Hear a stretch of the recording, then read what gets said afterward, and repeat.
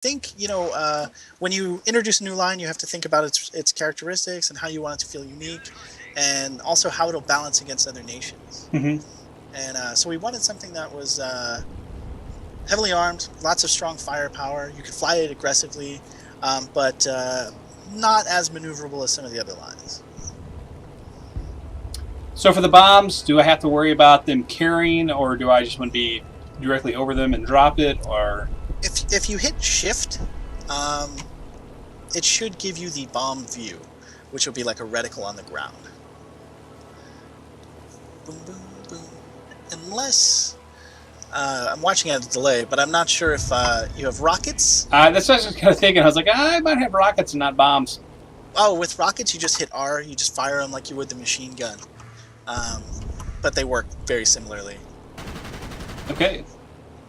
How do I undo that F view? And you've sort of The discovered F view. First person? that if you hold the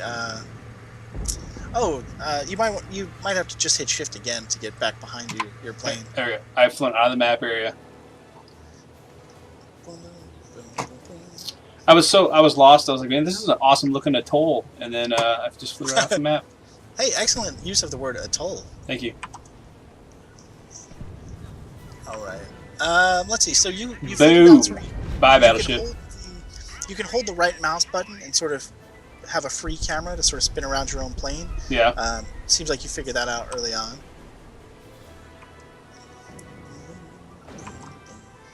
Nicely done. I'm just seeing you destroy the ship now.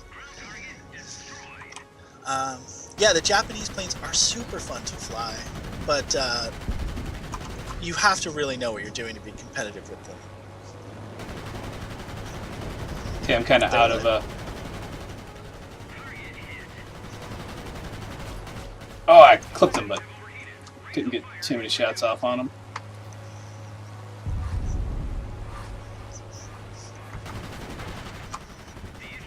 Nice. Well, recently we were totally jousting. We added this Adriatic map. And I love it because one of my favorite movies is Porco Rosso, the Miyazaki seaplane dogfighting movie, and it's set over the Adriatic Sea. So I love that map. Sorry, I'm trying to dive and. I totally get it. I cannot talk and stream at the same time while playing planes. And I'm gonna stall out and see if I can get a hard turn on him. Oh! Yeah, at least I got out of his line of sight. Getting plinked by some kind of anti-aircraft, I think, from somewhere that I can't figure it out. Yeah, some of those ships will have. And I'm gonna be done.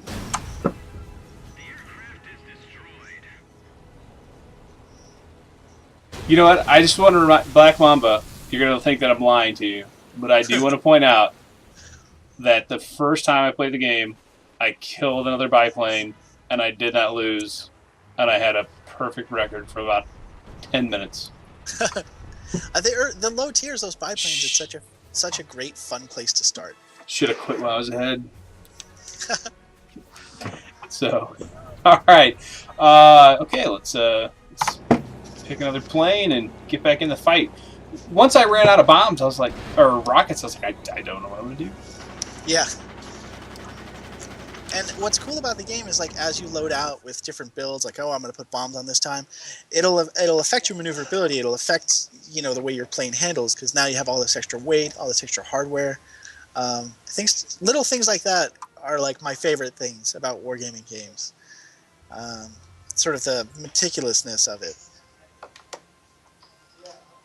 So what is this gunman right here? It's the XF4F3. It's got kind of like laurel leaves around the diamond and it's gold. So I imagine this is like kind of a premium airplane.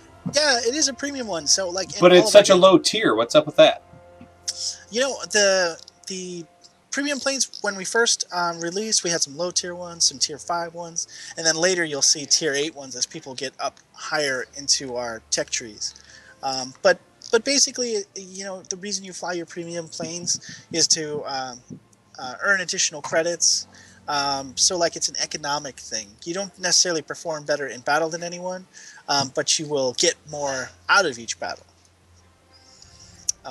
So same with you can also purchase like premium account time, Hmm. which is also unified. That's for any of our games. You have just you have premium wargaming time, and that'll help you get more experience, earn more credits as well. All right, so I'm gonna actually go ahead and try and battle one more time, and then I'm thinking after this, maybe we go into some of the more customizable things and show people how they can, like you were Yeah, talking about use earlier, putting the pinups on their cool. airplanes.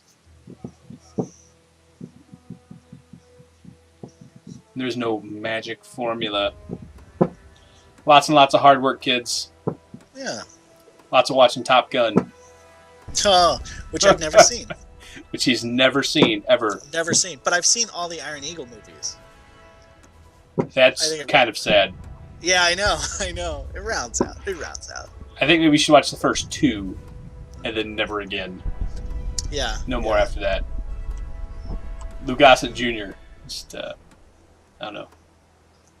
I think he was probably only in the first two, and after that, he's like, I'm done with these. Same map, different starting position, because I remember not being this close to the big mountain at the beginning. Yeah, yeah. I think you were on the other side of the end of the map. Yeah, I ended up over there trying to blow ships up, and this time I'm gonna try and blow some planes up. So let's get This high. Let's get some this air. map has this map has two cool features. There is a secret sort of air base hidden in the mountain, and you see like the end of the runway. And then there's also that cool little sea cave. And I have definitely like had folks chase me into the cave and crash. And we played chicken, and both lost.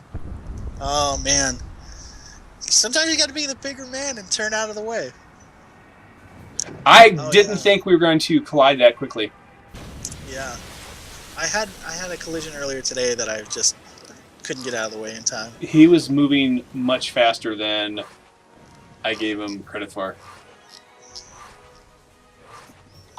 What kind of stats I've got on this account? Is there a way to check my overall stats to see how horrible I really am? You can in the hangar you can go to your service record and see how you've been doing. All right. It'll also tell you like if you've earned any medals. Another cool thing is on the side of your planes, as you accumulate sort of enemy frags Mm-hmm. or shoot down enemy planes, you'll start to see little kill marks accumulate.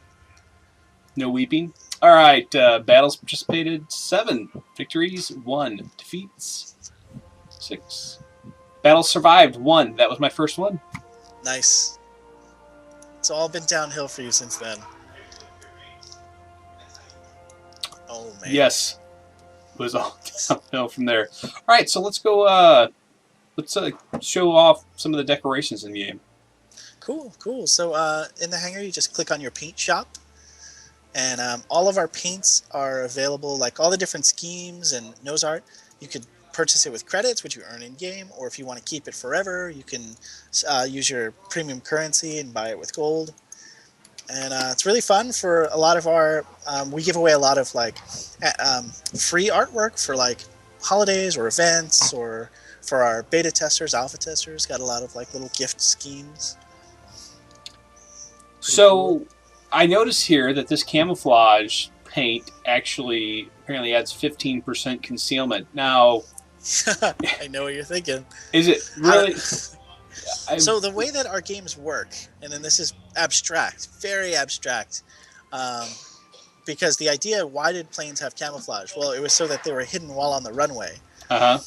not so that they were hidden necessarily in the sky.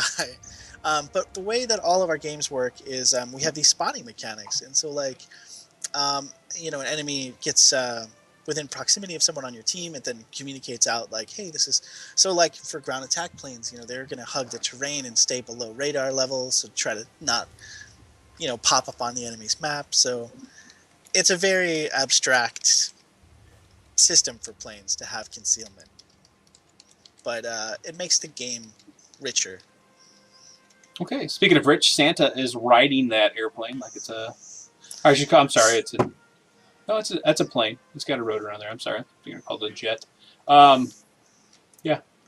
Santa's got a new mount. That's a tough Santa. All right, so let's that's the paint shop. No, Yeah. we're not going to apply that. Let's go check out a different plane. See what we got going on there. And you know what? Let's even go so far as to look at some of the commies planes. All right. I know that they're your employers, by the way, so I apologize for making some trouble for calling them commies. You know what? I recently was hanging out with a lot of the guys from Minsk, and they have the greatest like sense of humor about whole motherland, Yeah, and they're I, just really funny, cool guys. I've met a number of them at E3 and things like that at the after parties. So yeah, Oh, you've like been to some wargaming after parties? I've been to some wargaming parties. They are legend. They are interesting. Yes. Don't tell your wives about them. Oh man, we had recently we were in Seattle for PAX, Uh huh. and we had sort of our first how would I describe it? Open to the public party, and it was Oh, for like this big esport event, and we had it in Seattle at the time of PAX, and it was so amazing, and we had like a line for like 4 or 5 blocks, and it was just amazing. People were so excited; it was awesome. this looks more like a Chinese plane than a USSR plane. I mean, I'm totally probably wrong on that. I just wouldn't have expected the red star. Is this pre It Bolshevik Revolution era? Not quite. it's Communists, World War I II believe communists. that particular plane looks like it's from the late 30s. Yeah. So it was a USSR plane. One of the people in the chat here, they brought up a great point. You can flight up with your friends. I know the terminology is very confusing, but you and two of your friends can all play together in a group, and you'll be put into battles together. It's called a flight, which, if you're not familiar with like aviation lingo, could be a little confusing. Okay, so to go tangentially off of what they're talking about, this plane actually looks like it has a room for a tail gunner. Yeah, and there is a tail gunner in there. The way the tail gunners work is they're sort of AI. If an enemy plane is within proximity or on your six, it'll automatically fire on them. So you can sort of do the rope a dope where you have somebody on your tail, and you just sort of take them for a ride, and your tail gunner automatically light them up and fire on them the whole time. Um, boom, boom, boom. That's an interesting looking plane. Right. There's some very. This flew? It flew. Yeah, I know. It definitely flew. There's a plane called the Pegasus, which we call the cardboard coffin because it's like very weird shaped, very strange planes. Very weird. This is very interesting. Yeah, like a Looking narwhal, plane. sort of. Yeah. Let's The see what kind of paint beluga jobs we get whale. on that one. Boom, boom, boom. Oh, I'm sorry, Palak. I hope you get that checked out. I wasn't going to say anything about that comment, but you did. So I guess there. this is when you get banished to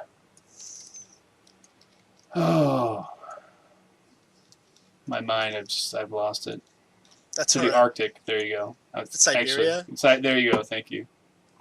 I almost said the I Baltic was Sea area, but Siberia, yeah. You get to I hang out in was the near. snowy mountains of Siberia. The vast tundra, actually. Okay. Different paint jobs. This one's Pretty cool. I'm very fascinated by nose art, and also just the relationship that especially when it comes to like air fortresses that pilots had with their planes in general. uh-huh. Um, because it's this big instrument that delivers you to or from death, and it reminds me of sort of the way like people used to name their swords or clubs to sort of take power over them. I feel like that same sort of dynamic of the human psyche applies to planes.